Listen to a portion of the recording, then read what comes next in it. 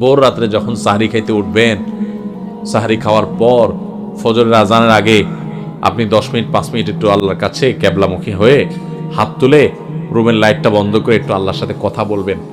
মানুষের সাথে বহুত কথা বলছেন, আল্লাহর সাথে একটু কথা বলে দেখেন। আল্লাহর সাথে কথা বলার স্বাদ আছে ভাই, অনেকে জীবনে একবারও এই স্বাদ পান নাই। একটু কথা বলে দেখেন। ভোর রাতে সাহরি খেতে উঠলে 10টা মিনিট একটু হাত তুলে কথা বলেন। কিভাবে কথা বলবেন? কথা বলবেন এইভাবে, ও আল্লাহ, কত গুনাহ আমি করেছি, কত পাপাচার আমি করেছি, মরতে আমার হবে, তোমার কাছে যাওয়া আমার লাগবে আল্লাহ।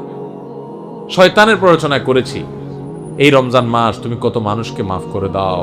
নবী করিম সাল্লাল্লাহু আলাইহি ওয়াসাল্লাম বলেছেন, ওয়ালিল্লাহি উতাকাউ মিনান নার ওয়া যালিকা ফি কুল্লি লাইলা।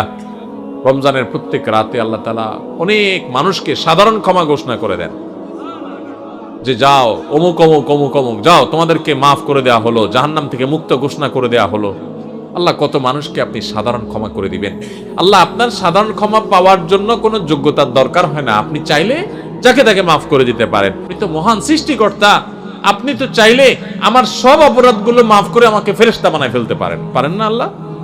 তো আল্লাহ আপনি আমাকে মাফ করে দেন, এটা আল্লাহর সাথে কথা বলবেন।